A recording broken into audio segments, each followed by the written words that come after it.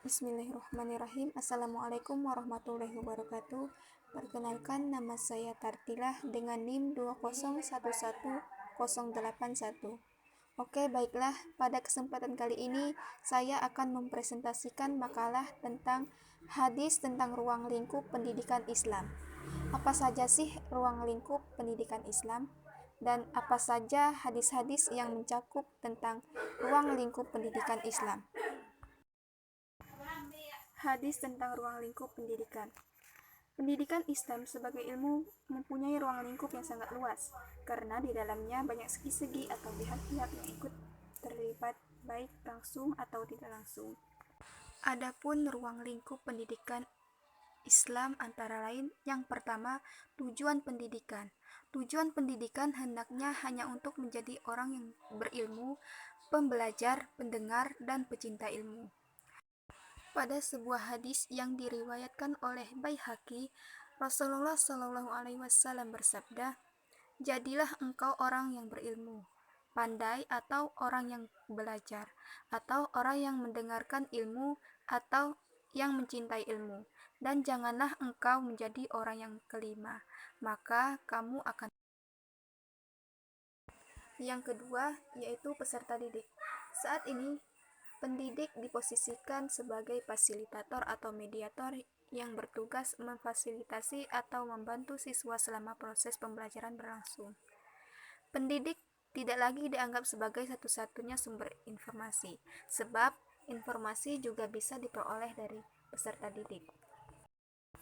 Dari Abu Musa, beliau berkata, Rasulullah Shallallahu Alaihi Wasallam apabila mengutus salah satu orang sahabatnya untuk mengerjakan sebagian perintahnya selalu berpesan, "Sampaikanlah berita gembira oleh kalian dan janganlah kalian menimbulkan rasa antipati. Berlaku mudahlah kalian dan janganlah kalian mempersulit." Kemudian yang ketiga, peserta didik. Siswa sebagai objek utama dalam pendidikan memegang peran yang sangat strategis. Artinya bahwa siswa dapat dijadikan sebagai salah satu indikator terwujudnya sekolah berkualitas. Siswa sebagai salah satu input di sekolah sangat mempengaruhi pembentukan sekolah yang berkualitas.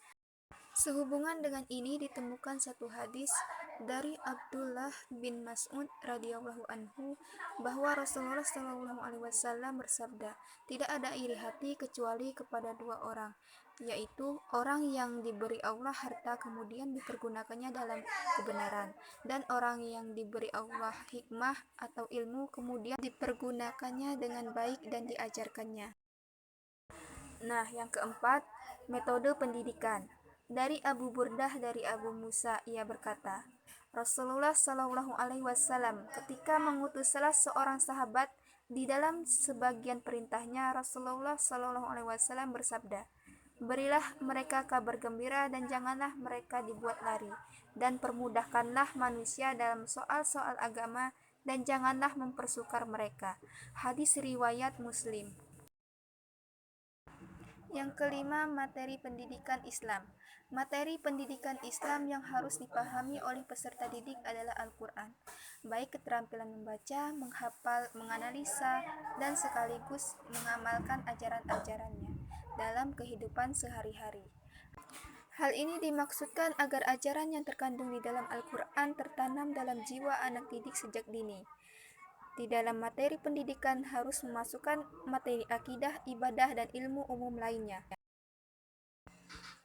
Yang keenam, alat pendidikan Islam merupakan alat-alat yang dapat digunakan selama melaksanakan pendidikan Islam agar tujuan pendidikan Islam tersebut lebih berhasil.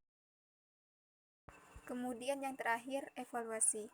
Evaluasi merupakan salah satu komponen sistem pembelajaran pada khususnya dan sistem pendidikan pada umumnya. Artinya, evaluasi merupakan suatu kegiatan yang tidak mungkin dielakkan dalam setiap proses pembelajaran. Dengan kata lain, kegiatan evaluasi, baik evaluasi hasil belajar maupun evaluasi pembelajaran, merupakan bagian integral yang tidak terpisahkan dari kegiatan pendidikan.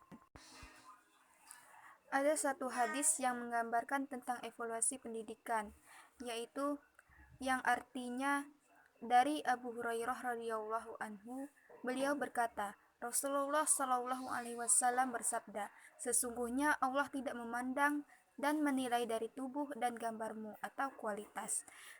Akan tetapi Allah memandang dan menilai dari hati dan amalmu. Hadis riwayat Muslim. Cukup sekian pemaparan materi dari saya. Kurang dan lebihnya saya mohon maaf kepada Allah. Saya mohon ampun. Wabillahi taufik wal hidayah. Wassalamualaikum warahmatullahi wabarakatuh.